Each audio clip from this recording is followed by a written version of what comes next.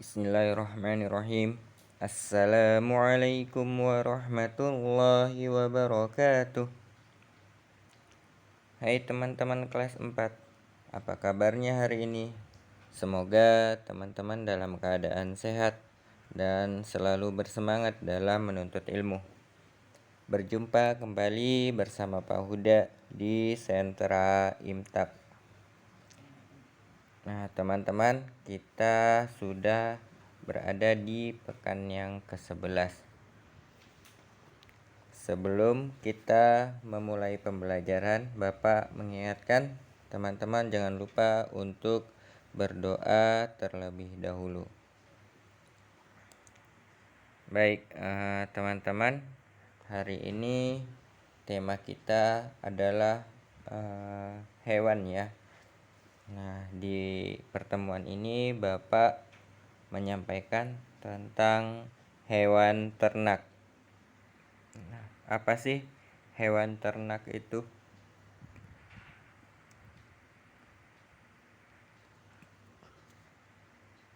Nah, hewan ternak itu adalah hewan yang dengan sengaja dipelihara sebagai sumber pangan, sumber bahan baku industri, atau sebagai pembantu pekerjaan manusia. Nah, contohnya tuh kalau hewan pangan seperti sapi, kambing, ya. Kemudian bahan baku industri seperti domba diambil bulunya ya. Nah, kalau sebagai pembantu pekerjaan manusia ada unta untuk kendaraan, kemudian ada kuda juga untuk kendaraan. Nah, itu sebagai pembantu manusia.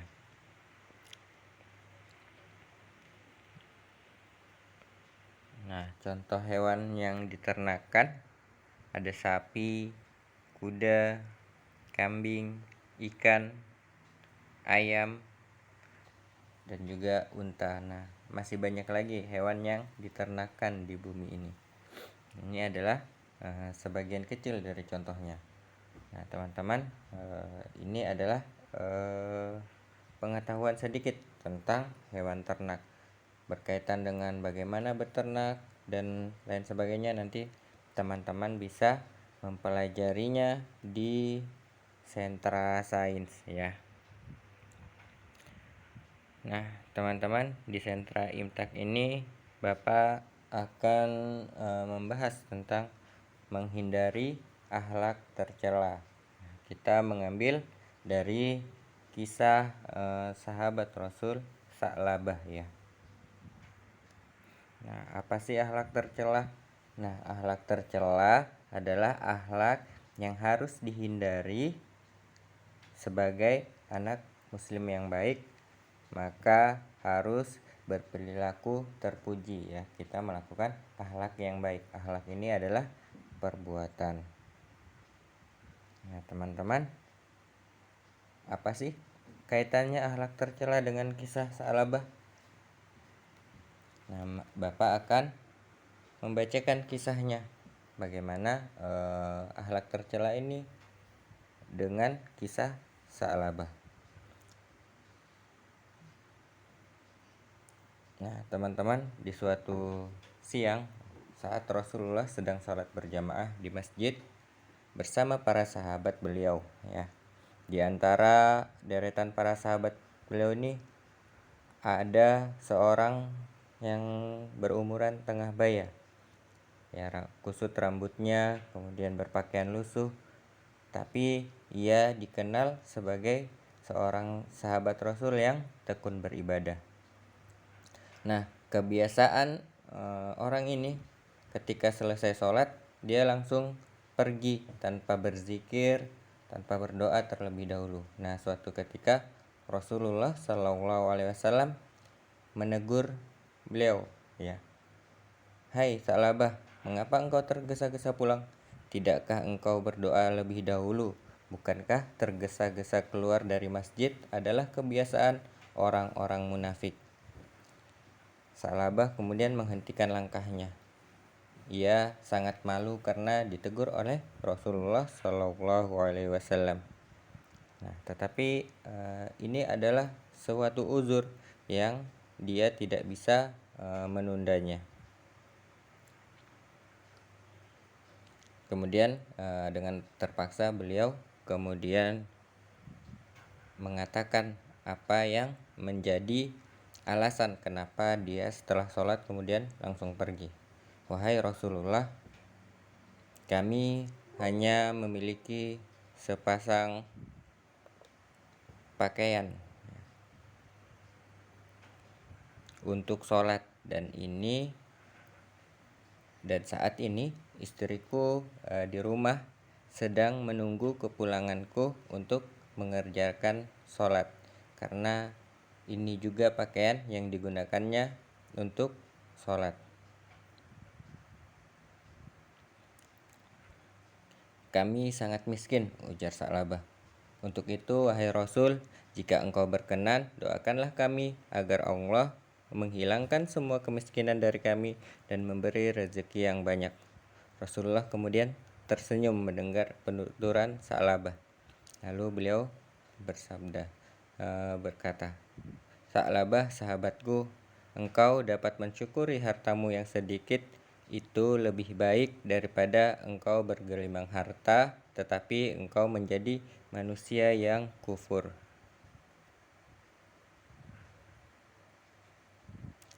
Nasihat Rasulullah sedikit menghibur hati Sa'labah, ya. Nah, karena dalam hatinya Sa'labah ini sudah bosan menjadi orang miskin. Dia ingin hidup sebagaimana sahabat-sahabat lain yang punya harta yang cukup.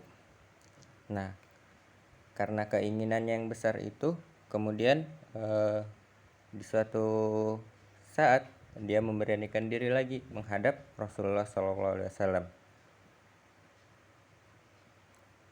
Nah, kemudian Sa'labah mengutarakan keinginannya, wahai Rasul, bolehkah engkau mendoakan kami agar aku diberikan kelebihan rezeki, ya, dihilangkan kemiskinan. Kemudian Rasulullah memberikan nasihat lagi.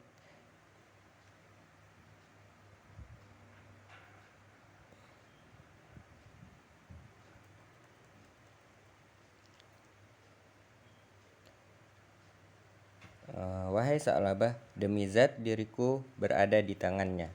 Seandainya aku memohon kepada Allah agar gunung Uhud menjadi emas, Allah pasti mengabulkan. Tetapi apa yang terjadi jika gunung Uhud benar-benar menjadi emas? Masjid-masjid akan sepi. Semua orang akan sibuk menumpuk kekayaan dari gunung itu. Aku khawatir jika engkau menjadi orang kaya, engkau akan lupa beribadah kepada Allah Subhanahu wa Ta'ala. Sa'labah kemudian terdiam mendengar nasihat Rasul, namun dalam hatinya, dalam benaknya berkecamuk. Aku mengerti Rasulullah tidak mau mendoakan karena beliau sayang kepadaku. Beliau khawatir jika aku menjadi orang kaya, aku akan menjadi kufur. Nah, kemudian Sa'labah pergi karena sudah dinasihatin Rasulullah Shallallahu Alaihi Wasallam. Nah, pada hari berikutnya Sa'labah kemudian mendatangi lagi karena belum merasa puas dengan apa yang disampaikan oleh Rasul. Beliau mendatangi Rasul dan meminta hal yang sama. Wahai Rasul, bolehkah engkau mendoakan aku agar diangkat kemiskinan dari dalam keluargaku? Aku tidak akan menjadi orang yang kufur. Itu ujar Sa'labah. Karena sudah datang 3 kali, maka Rasul pun tidak berkenan untuk menolak. Kemudian beliau mendoakan Sa'labah agar diberikan keberkahan, kelimpahan harta. Kemudian Rasulullah menitipkan kepada Sa'labah ini domba, ya di mana domba itu sedang mengandung ya atau sedang bunting.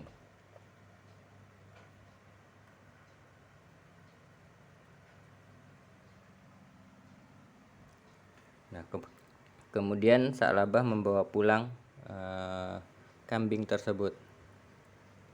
Hari berlalu, Sa'labah sibuk dengan kambingnya, kemudian beranak pinak semakin banyak ya. Kemudian Sa'labah menjadi orang yang berkecukupan. Nah, suatu pagi dia berjalan-jalan meninjau kandang-kandang kambingnya yang sudah karena kambingnya ini beranak pinak terus, berkembang biak, jadi kandang-kandangnya sudah tidak cukup. Maka kemudian Sa'labah mencari tempat lagi untuk membuat kandang baru, dan dia mendapatkan di pinggiran kota Madinah. Nah, di sana dia kemudian membangun kandang-kandang yang baru yang lebih besar. Namun perkembangbiakan domba-domba, kambing-kambing dari Sa'labah ini sangat pesat, sehingga dia menjadi sibuk sekali dengan hewan ternaknya. Ya, sampai-sampai dia menjadi lupa. Jadi telat datang ke masjid, sampai dengan lupa untuk melaksanakan sholat Jumat karena sibuk dengan hewan ternaknya. Kemudian Rasulullah suatu ketika mengingat, kemudian menanyakan bagaimana kabar Sa'labah kepada para sahabat. Karena sudah sekian lama berlalu, tidak lagi terlihat batang hidungnya Sa'labah yang dulu rajin ke masjid, datang selalu tepat waktu. Nah, sekarang sudah jarang ada di masjid. Maka Rasulullah bertanya kepada para sahabatnya. Kemudian dijawab, "Wahai Rasulullah, Sa'labah sudah menjadi orang kaya. Lembah-lembah di Madinah maupun di luar Madinah telah penuh sesak dengan kambing-kambing Sa'labah. Benarkah? Mengapa tidak pernah menyerahkan sedekahnya sedikit pun?" Nah, setelah itu kemudian turun perintah untuk berzakat. Nah, Rasulullah pun memerintahkan 2 orang yang bertugas untuk mengumpulkan zakat datang kepada Sa'labah. Nah, ketika giliran datang kepada Sa'labah, disampaikanlah apa yang dipesankan Rasul kepada Sa'labah oleh 2 orang sahabat ini. Nah, ketika disampaikan, bukannya berbaik hati, tetapi Sa'labah malah marah. "Apa-apaan ini? Kalian mengatakan ini zakat, tetapi menurutku ini lebih tepat disebut upeti, pajak. Sejak kapan Rasulullah menarik upeti?" "Hah? Aku bisa rugi. Kalian pulang saja, aku tidak mau menyerahkan hartaku." Nah, karena kesombongannya ya, padahal dulu dia miskin sekali dan bisa sekaya itu karena didoakan oleh Rasulullah. Nah, ketika utusan Rasulullah ini kembali menghadap Rasul dan menceritakan semua perbuatan Sa'labah, beliau bersedih setelah kehilangan seorang sahabat yang dulu tekun beribadah ketika miskin, namun setelah kaya menjadi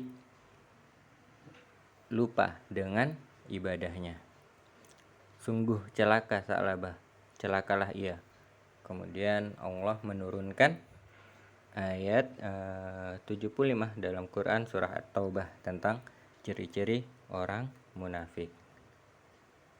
Nah, ayat tersebut segera menyebar ke seluruh penghuni Madinah, sehingga ada salah seorang kerabat Sa'labah yang datang memberitahukannya, "Celakalah engkau Sa'labah, Allah telah menurunkan ayat karena perbuatanmu."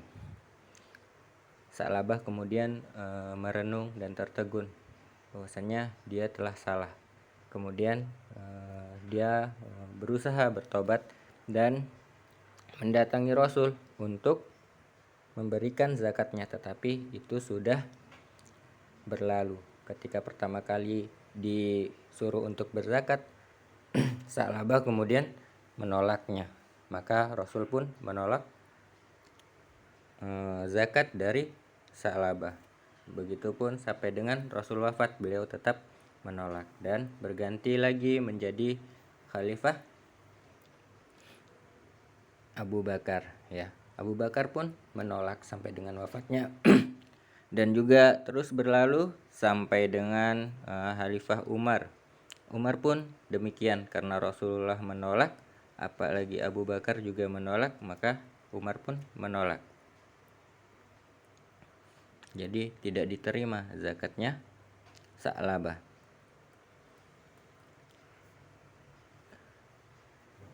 Ya, karena kesombongannya dia. Nah, itulah dari kisah Sa'labah, teman-teman. Sifatnya yang menyerupai orang-orang munafik. Dia lupa ketika dalam keadaan kaya, namun ketika miskin dia rajin beribadah, tetapi ketika kaya dia lupa. Nah, teman-teman, dari kisah yang Bapak ceritakan tadi kita bisa mengambil hikmah, ya. Ya, hikmahnya yang pertama adalah kita selalu beribadah kepada Allah Subhanahu wa taala dalam keadaan lapang ataupun sempit. Nah, jangan ketika senang saja kita banyak beribadah. Ketika susah lupa. Atau ketika susah saja kita memohon kepada Allah, tetapi ketika dalam keadaan senang melupakan bahwasanya semuanya itu pemberian dari Allah Subhanahu wa taala. Yang kedua, selalu bersyukur, ya, atas nikmat yang diberikan oleh Allah Subhanahu wa taala. Yang ketiga, menghindari sifat takabur dan kikir. Ya, takabur ini sombong, ya. Bisa dikatakan sombong, menyombongkan diri. Nah, yang keempat adalah beribadah hanya kepada Allah Subhanahu wa taala.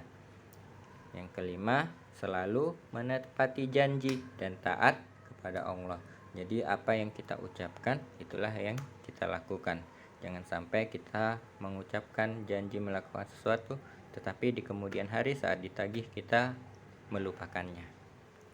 Ya, karena itu sifat dari orang munafik yang diancam neraka. Ya, baik teman-teman, demikianlah pembelajaran kita hari ini. Semoga teman-teman bisa mengambil hikmah dari apa yang kita pelajari hari ini. Bapak cukupkan. Billahi taufiq wal hidayah. Wassalamualaikum warahmatullahi wabarakatuh.